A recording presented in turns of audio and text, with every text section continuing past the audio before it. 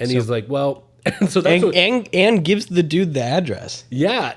Yeah. And he calls the cops and he's like, so that so he'll know quickly that, hey, your girl is dead now. Yeah. And so. No, he didn't call the cops. Didn't he call an ambulance? No. She was on the phone with Woody Harrelson. And he just picked the phone up and said, hi, can you send an ambulance to this address? Oh, gotcha. Okay. And that's why they were chasing after him. Yeah. Thanks for reminding me of that. You're I just welcome. watched it a few hours ago. I did too.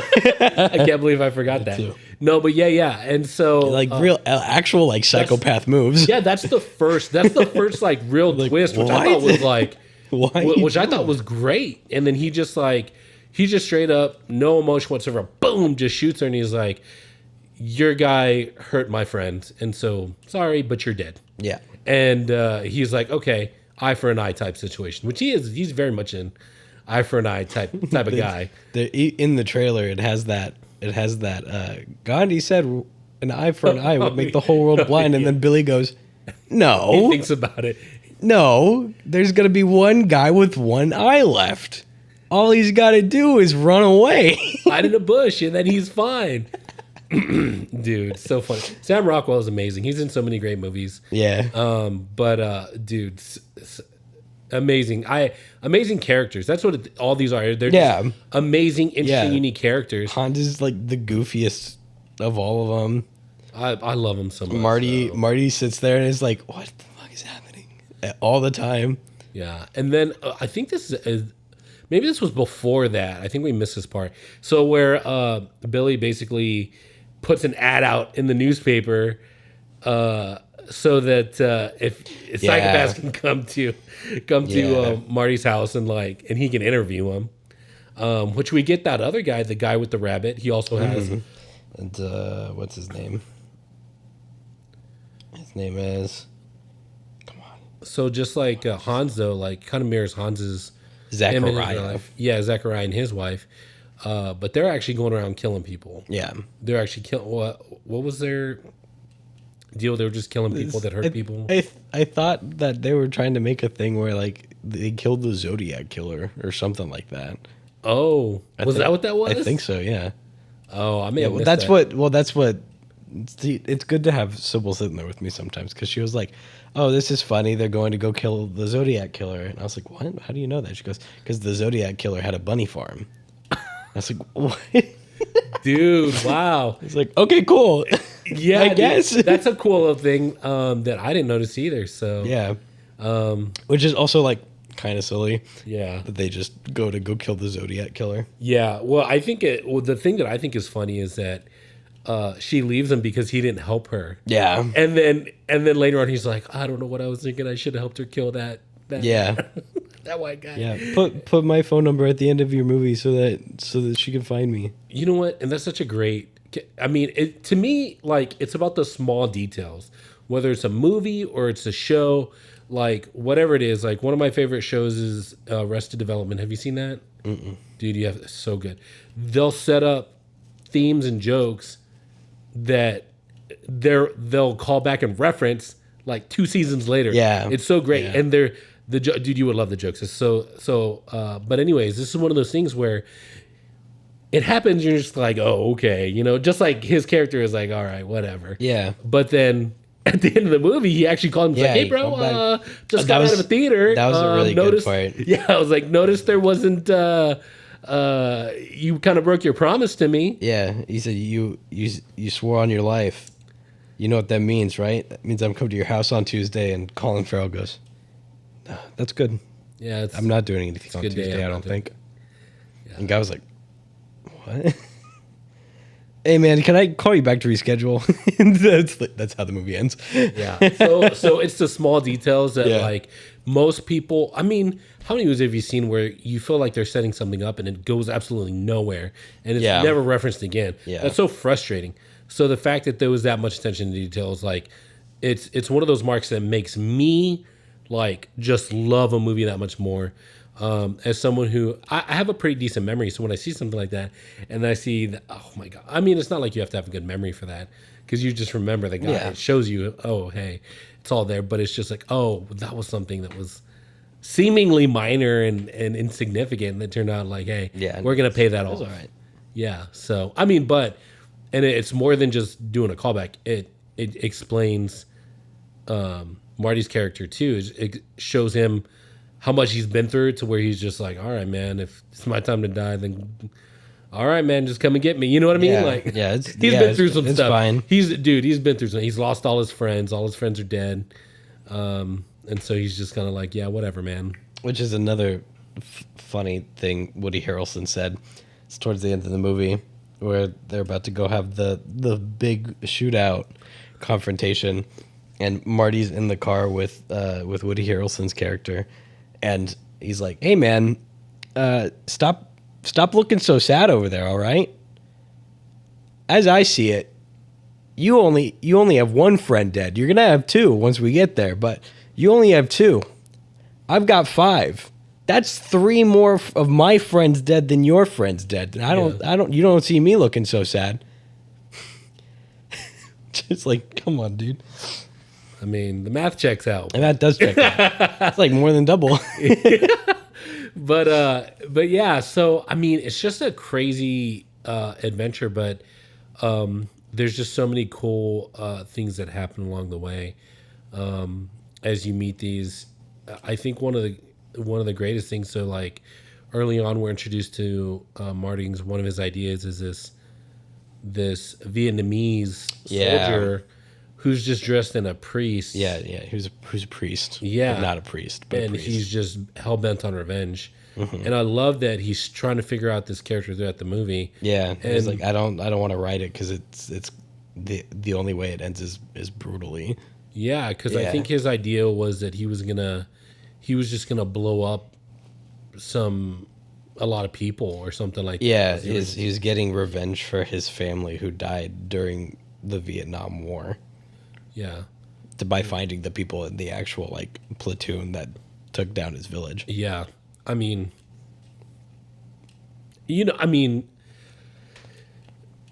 losing family is tough. You know what I mean? Like, but there are better ways to cope.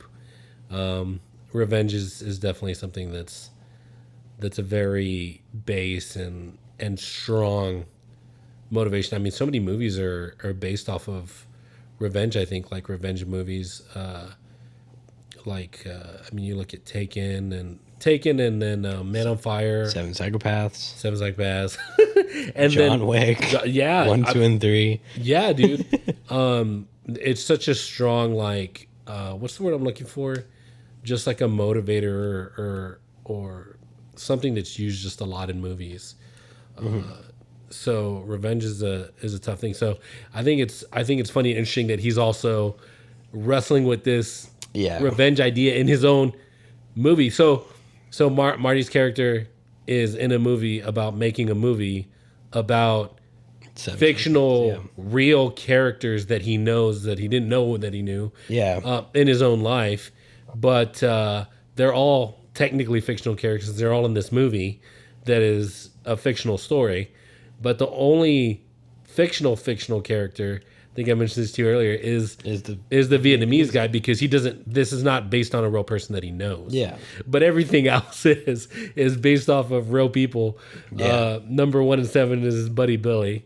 Hans is one of them. And then, he does interact with the mafia guy and some of these other ones. Yeah. Rabbit Killer, and his wife. They take up 2 of the slots. Yeah. But and then he counts himself. Yeah. So it's kind of like, I don't know. It's kind of like a meta thing. You know what I mean? It is. So it is. It's weird and has its little clever moments in it too. He's writing the movie, which is the movie that we're watching. Yeah. So it's interesting, but it works. It works. Yeah. Really well. And the actual ending is that and very ironic for me to sit there because they spent 20 minutes trying to figure out what the ending of their movie is going to be about, and I made a whole movie that's sitting on your cabinet over there, titled "We Don't Have an Ending," about trying to figure out what the ending of their movie is. So that was a little weird for me specifically. I'm sure it's very common. Yeah, I'm sure very that's common. most movies. Yeah. I mean, I'm sure some people start with the ending. There's some people that are like that. It generally starts off with like the idea for one specific scene, right? And then it goes from there. So sometimes it's the ending, sometimes it's the very beginning, sometimes it's somewhere in the middle. But they're sitting there trying to figure out what the ending of this movie is going to be, and Marty has his own like vague idea, and Billy wants big, massive shootout, and Hans had the idea that the Vietnamese guy, in like pouring the gasoline and getting ready to burn down this building with all these people, wakes up to the gasoline being poured on himself in his Buddhist monk robes, about to set himself on fire, which was a very interesting actual way to like put a nice little bow on the whole story. I would say genius way, because one of the things he talked about, so while they were, so at some point the whole crew, Hans and Billy and Marty, they're running away from Woody Harrelson's character, Mafia guy. What's his name in the movie? Charlie. They're running away from Charlie. He's trying to find him and kill him because he knows that they got his dog, or they killed his dog, or whatever the case may be. At least killed his girlfriend. So yeah, they're out in the middle of nowhere in the desert, and they're all trying to help Marty with his movie idea. And Hans is recording. He's just talking to the recorder. So this is after. Basically, so they had a talk, and he mentioned he doesn't like dream sequences, etc. Yeah. But this is after Hans actually dies by one of the henchmen. Yeah. Because he just I think he wanted to. He knew what. He looked at the cops. He was like, "Oh, this guy's gonna think I'm gonna pull out a gun," and he actually was pulling out the recorder, I think, right? And so the henchman shoots him. He dies. And then Marty, when he goes down back into the town, he gets the recorder and he starts listening to it, and that's where we get into where he's sharing his idea for the Vietnamese guy, which is phenomenal. Like I cried. I think while I was watching, I cried. Good. So yeah, it's basically, I think it's the way that it would play out, or that it showed us, was it was like this monk's fever dream, right? This was his his revenge. Like what would have happened? Yeah, this was if he did not choose a better path. Well, I took it as like, this is what he wanted. Like he was thinking through it. Like, I just want to blow these people up and set them on fire. And that's what he, like, in his head, like all his rage, and that's what it was building to that idea. Like that was his revenge dream. And then it comes to the point where he's actually just a monk in the street. And while he was pouring the gasoline on all these people in this area to light on fire, it was actually gasoline he had poured on himself. So in order to, to get rid of to stop the war, and I think that was a very powerful thing that he said was, his monk brother whispered into his ear and said, "Hey, stop, brother. Like your life is, may not stop this war, do anything." But then he says, "But it might." Yeah. But it might. Yeah. And I just had to relook it up to remind myself why the Buddhist monks were setting themselves on fire.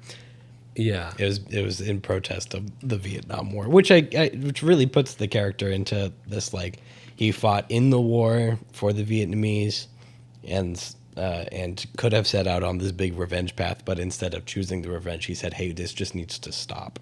Yeah, and that could have been something that he did after the war, as he went into being a monk and trying to deal with all of his rage in a good way. Yeah. And then in a fever dream, like, that could be just like all the rage that he had built up, as something like that. But now we see that all this rage that would have gone towards killing people is literally, he's like, this is a self-sacrifice. I've lost everything. I don't want other people to lose anything. So if I give my life, maybe it'll be enough to open the eyes of the people so that, hey, we don't have to hurt each other anymore. Yeah. I mean, I don't know. It's a weird kind of logic, but you kind of get it, right? Yeah. Well, he's still one of the psychopaths. So obviously they're like, setting yourself on fire is a psychopath move. Pretty crazy. Yeah. Yeah. But I mean, I think he had good motive. I mean, his it made sense. Motivation was in the right place. It brought back to his history and what happened. Yeah. So that was really good. It also I ties cried in watching that really well to that same idea of Iron Man, which I watched last night. Oh my god! Okay. I can't wait to hear this. Yeah, because I told him, I was like, "Hey man, don't forget to watch the movie." He's like, "Oh well, my girlfriend, she's upset that I haven't seen Iron Man." It. Well, I was. She's upset I haven't seen most of the Marvel movies. I'm a little bit upset at you too that you haven't, but that's why she started it off. Yeah, because this is unacceptable. Because we just watched Guardians of the Galaxy Volume 3, great movie. We're gonna do it. I have seen all three of those. Yeah, I have seen all three Guardians movies. I mean, might be one of the best trilogies in all of Marvel for a character. I would dare say that it is the best trilogy in all of Marvel. Yeah, so that was not a bad one in the bunch. Yeah, so that's something we watched recently, and then so he was saying, "Oh well, that one's fucking crazy good." Yes. Go see Guardians 3. Go see that too, yeah. Okay, so then she was like, "Hey, you need to watch ours." All right, so here we are. Now he's going to make an Iron Man connection. Let's see how this goes. So Tony Stark made a bunch of weapons for war, right? And then he saw the effects on war firsthand, and he said, "We're not doing that anymore." But instead of setting himself on fire, he built the Mark I. He built an Iron Man too. And well, I mean, I it's one of those things where like you say he saw the effects of war, but I think he saw the effects of war. I think he just got shrapneled by his own weapons. Yeah. So he's kind of like, that's not cool. Yeah. It's not fun getting and the fact that both sides are getting his weapons regardless. Yeah. It's not like that. Did not like Which I agree. I would be pissed and be like, no, it's not how this works. Yeah. So, but okay. So now we have an Iron Man reference in today's episode. Thank you, everybody. This is Full Time Movie Fan. Don't forget to like and subscribe and comment. This is all part of Travis's long plan to get me to watch all of the Marvel movies. Oh man, I love Marvel. We'll probably do some more here and there. But there's no limit. Like we kind of just want to watch all the movies, most of them. Maybe all there's of some them that have ever existed. No, not one of these days. We're gonna do an episode on Birth of a Nation, and you're gonna love it. Maybe. But anyways, like there's a lot of cool things. I think in a weird kind of sweet way. Like obviously Hans and his wife. Oh yeah, she doesn't. Yeah, had a sweet little. She's kind of like, look, you shouldn't kidnap dogs for money, but she's also like, I mean, they just seem like they've got a great marriage because she's like, she's still like, okay, that's my husband, I love him, his heart's in the right place. Yeah, not hurting anybody. And to a more extreme degree, what's his name? The other guy. With the rabbit. Zachariah. Yeah, and his wife. A little too close. That's a more extreme, I think, example of that kind of marriage relationship, romantic, where there's a little bit. I mean, I guess their relation was kind of built on like the revenge, just like killing bad guys for, hey, you put us through pain. Now we're gonna make sure that you can't put anybody else through pain by ending your life and stuff like that. And then you have the real psychopath, but that's still kind of sweet. Yeah, a little bit. Like, oh, they love each other. Then you have the real psychopath, who you could argue is married to the idea of this movie being about him. Oh, what on earth could you mean by that? What are you alluding to, sir? Billy set the whole thing up. Billy set the whole thing up to be about him. Yeah, from start to finish. Yes, absolutely. To the point where when Marty was like, "Hey, you're crazy. We're leaving. Like, I'm gonna leave you here." He blew up the car and called fucking Woody Harrelson and said, "If you can't find us, find the burning Subaru or the burning car. Yeah. That's where you'll find us." Hey, Full-Time Movie fans, thanks for hanging out with us. Hope you had a good time. Don't forget to like and subscribe. Leave a comment. We want to hang out and discuss the movie with you. So don't forget to do that below. Have a good one. I hope your day is everything you dreamed it being more.